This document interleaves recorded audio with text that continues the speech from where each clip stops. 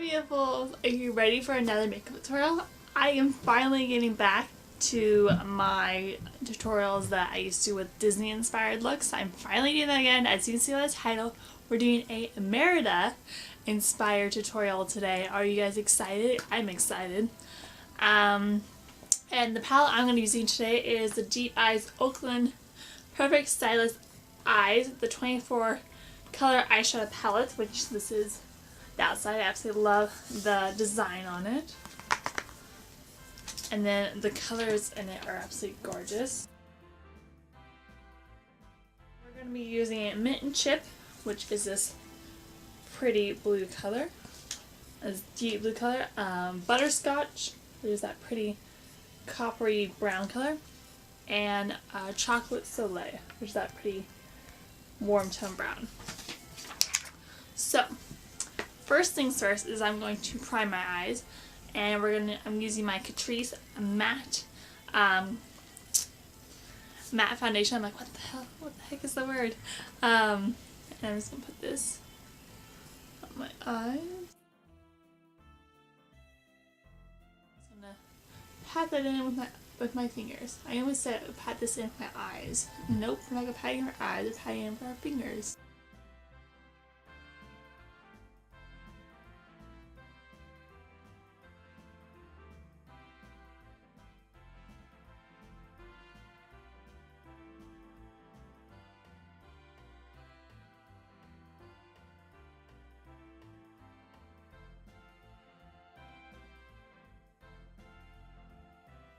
And to set that, I'm going to go to my Milkshake matte collection, my face candy, and I'm going to use the color Wit, which is this pretty vanilla shade. It's a matte vanilla shade, so that's what we're going for. And just pat that in.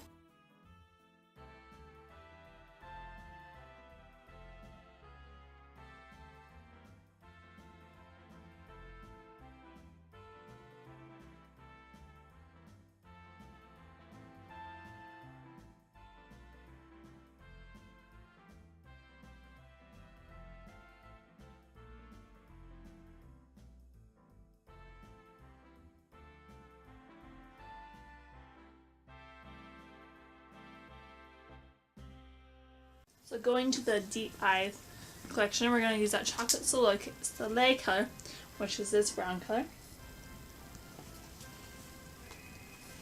And we're going to just go put this in the crease area.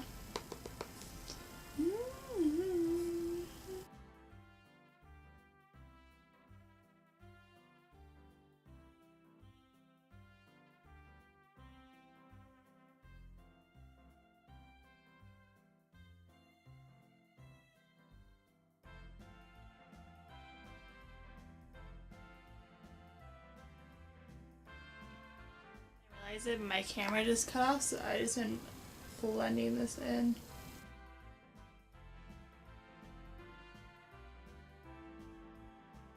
Okay, so now we're going to go to the next color, which is that Mint and Chip color. So it's pretty deep blue color, that ocean blue color. I'm just going to do it with a flat brush. Put this all over the lid, but I'm going to leave the inner corner bare, because that's where we're going to put the butterscotch color.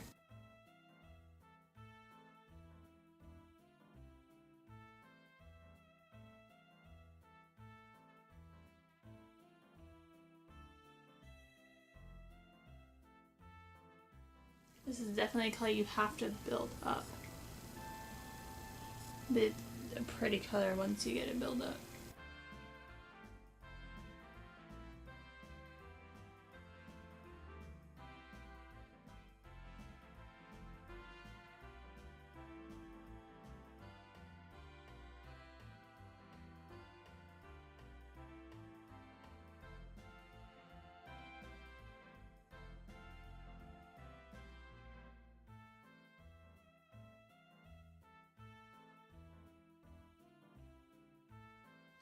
And I'm just going to take a fluffy brush and just blend the edges right here between the brown and the blue.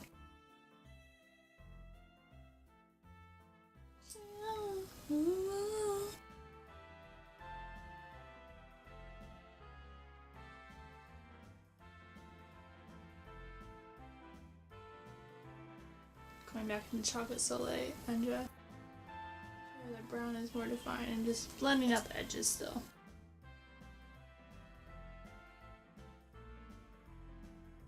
And let's do the other eye.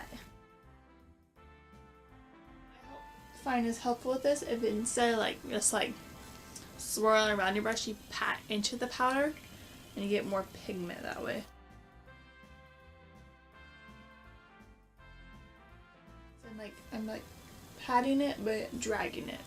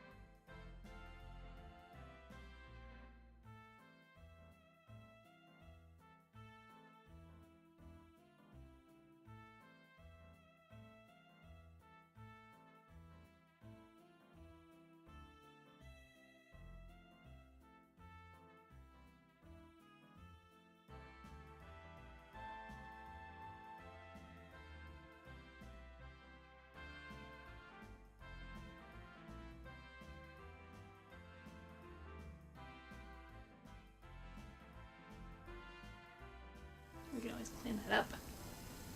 Well, out there, but we can always clean that up. So now we're going to do the inner eye, and I'm going to take another flat brush, and we're going to go in the color with Butterscotch, which is pretty coppery brown color.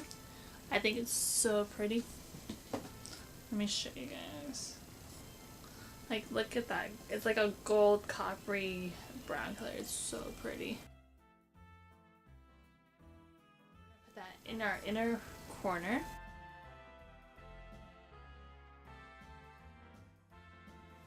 And there's definitely a lot of fallout from that blue because it's going all around my nose. I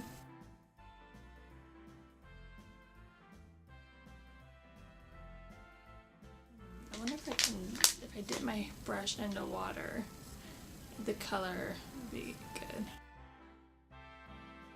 Go and like dip my brush into water, and then I'm going to take a cloth and then just swirl it around the cloth. Still dampen up and not like soaking. Let's see if that worked. Oh, that definitely worked because now the pigment is coming out. Perfect.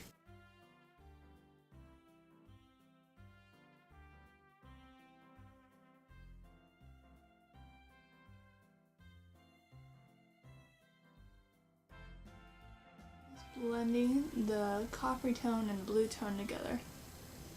So I took a little bit of that blue on my blender brush and just blend the blue and the copper tones together.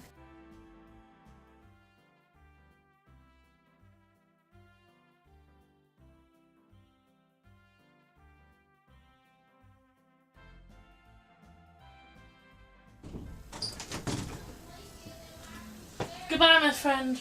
Goodbye.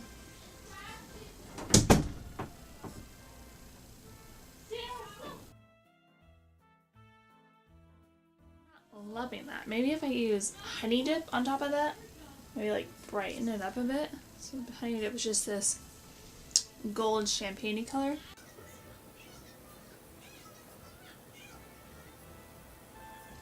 Yeah, I like that better. Then I'm going to mix butterscotch and honey dip together. And, oh yeah, I like that definitely better. I am liking that. It's not like it by itself, you know? And just blend the edges. of mint chip again and blend those edges.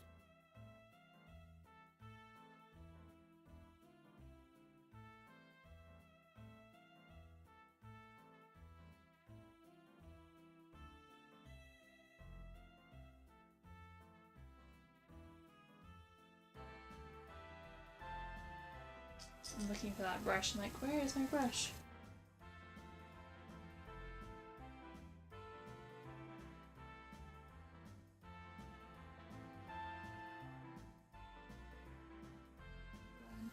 One more time. So I just add a little more brown into my crease area. And just to match the other side because it was not matching for some odd reason. I'm like, what the heck is wrong with this, you know? Alright. So I'm going to go clean up everything and do the rest of my face, and I'll be right back with you guys, and we're going to do the lip. Hey there, beautifuls! Okay, as you can see, I am doing a little fast forward version of what I would do with the rest of my face, and I will have everything in the link below, don't worry, but I just want to give you about a few facts about the movie Brave, since we are doing an inspired look. So, fact number 1. Brave's filmmakers wanted to change the Cinderella's castle logo, excuse me, that shows at the beginning of every Disney movie into Castle Dunbrook. I think that's how you say it, I'm not sure. They also consider adding bagpipes to the Pixar logo. Oh my gosh, my voice is like going out. Fact number 2. Animators had to personally learn the choreography for the film's fight scenes. They had to practice with each other until they became experts in how people move during fights. Thankfully, there are pictures. It's kind of funny. If you actually Google this, you could actually see the pictures. It's kind of funny. Fact number 3. During the film's production, director Mark Andrews and producer Catherine Seraphine would prepare for big meetings by taking turns pretending to be each other's audience. This became inspiration for the epic scene where Fergus pretends to be Merida while Queen Eleanor practiced her lecture. That is my favorite scene ever. Fact number 4. Filmmakers decided to show Merida mucking Angus's stall herself rather than have a stable hand do it for her because they wanted to challenge the audience's expectations of what a princess should be. Merida definitely defines the stereotypes, and we love her for it. You know, that's why it's one of my favorite Disney movies.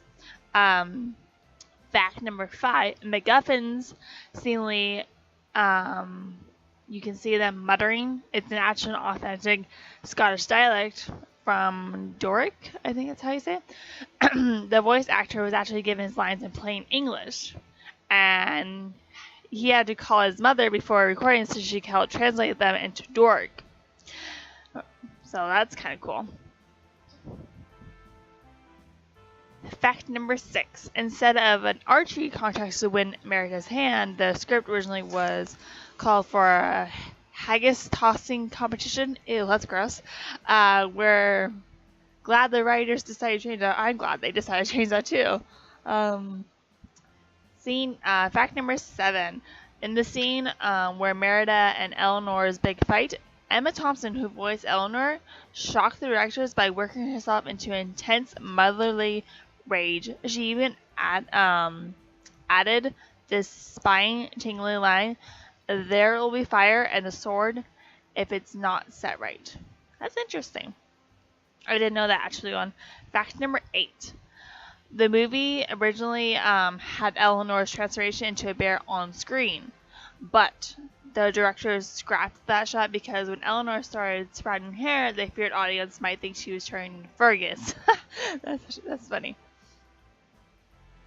Fact number 9.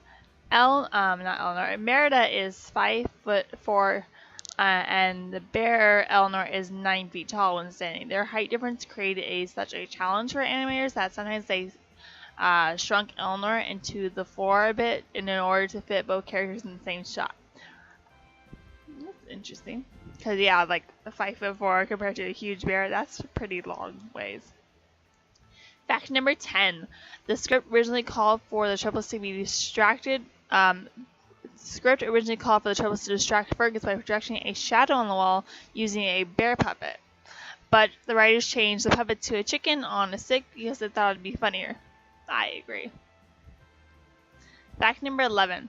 Directors almost cut the touching backflash scene of Eleanor and young Merida singing a lullaby due to the inflicting of animating Merida as a toddler. They eventually succeeded by scaling down an animation of a teenage Merida and then making her features more youthful, resulting in the adorable little lass we know and love. I love young Merida. She's so freaking cute. Fact number 12. Early versions of Brave called for most of the movie to take place in the snow due to the witch's spell affecting the whole land of Dunbrook. Filmmakers scrapped this idea in order to show the colorfuls of the beautiful Scottish landscape. Sorry, my voice. You can, but added fact to this, you can also spot the same.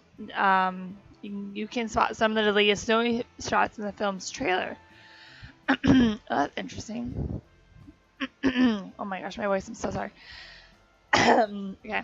Fact number 13. Filmmakers required children whispering to create the distinct sound of Will-o'-the-Wisp. They wanted something that sounded both cute and mysterious, and they totally nailed it.